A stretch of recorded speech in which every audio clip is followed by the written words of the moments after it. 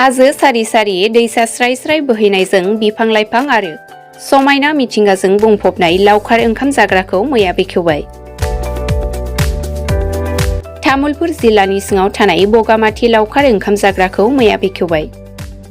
सिगांनि बोसोराव सोलिनाय एबा लावखार ओंखाम जाबोनाय बायदिनो देग्लायबो जानो हागोन।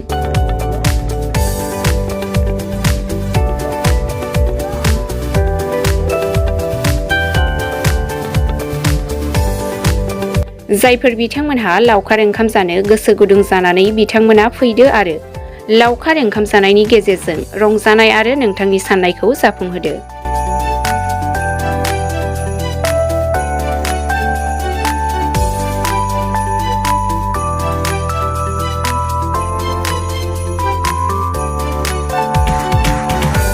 बे समाव बानजाय आफादनिफ्राय मा फोरमायखो मिथिनानै लानि फै। मानो बगामाथि पिकनिक स्पटनि जानानै बानजाय आफादनि जानानै बरायग्रोनाय थाबाय। दा गोदान बोसोरखौ बरायनो थाखाय जों मैयासो बगामाथि पिकनिक स्पटनि गाहाय दरखंखौ बेखेवनाय जाबाय।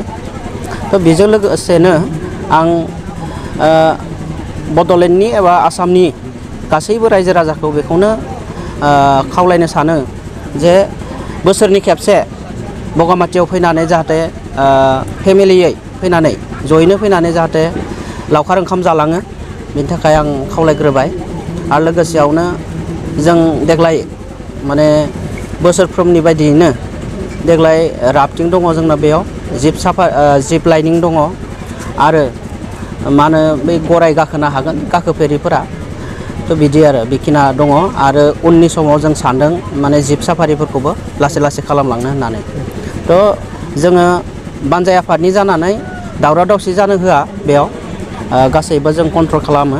आरो लोगोसेयावनो आरो खावलायनो सानो जे जाय बिथांमोना लावखार ओंखाम जानो फैगोन बिथांमोना जाहाथे माने साब सिखोनखौ गावनो गाव खालामलाङो, बेनि थाखाय गुरै खावलायनाय थाबाय। आगोलनि समाव एसे जादों, जोंबो सोलायनायखौ नुदों।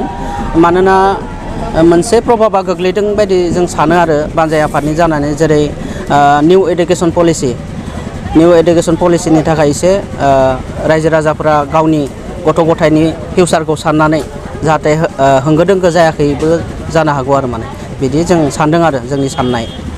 थेवब्लाबो बोसोर गोदाननि जों खावलायगोन, बानजाय आफादनि जानानै जों खावलायगोन माने बोसोर गोदाननि खेबसे बयबो ज' फैयो, फैनानै जाहाथे लावखार ओंखामखौ जाफैयो, बेनि थाखाय गुरै खावलायनायनिफ्रायथ' ओरैनो गभर्नमेन्ट अफ आसामा नटिफिकेसन होखादों, बेखौ जेरावबो नुनो मोनगोन, माने ससियेल मिडियायाव नुजोबखागोन मा मा खालामनांगौ। एज ए तामुलपुर डिस्ट्रिक्टनिफ्राय स्ट्रिक्टलि अर्डार बगामाथियाव माने साउन्ड दामनायखौ एसे खमायनांगौ आरो माने हायोबा फिसा फिसा मिउजिकफोर लाबोनानै गाव फेमिलिया खोनानाय बायदिल' माने दामनानै इन्जय खालामलांनांगौ बा रंजालांनांगौ आरो माने बयनिसिमबो गाहाम एज ए बानजाय आफादनि जानानै बयनिसिमबो गाहाम बावहरनाय थाबाय।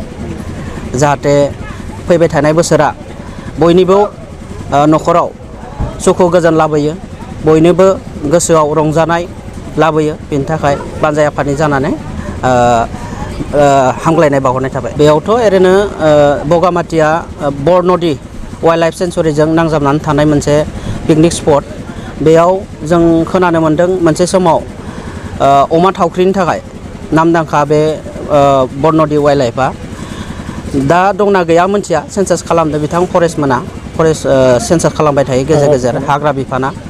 थ' जों नुनायाव गासैबो जिब जुनारानो दङ गान्दानि बादै, नाथाय मैदेरनि बादै, मैदेर, मै, दावराइनि बादै माने माखासे जिब जुनारा नै पिकनिक स्पटसिम फैया आरो माने नुनो मोना। ओरैनो जों मिथिनायाव दाहालागै खायसे नेपालनिफ्राय आलासि जानो फैनाय बिथांमोनाबो नायनानै थांदों। राजस्थान बेनिफ्राय मा होनो ओरै मा होनो भुटाननि फैदों आरो माने मेघालय मणिपुरनिफ्राय फैदों, तिब्बतनिफ्राय फैदों। बिथांमोननि अनसायनाया माबायदि? मोजाङानो, बिथांमोना मोजां मोनलांदों, दा फैदों।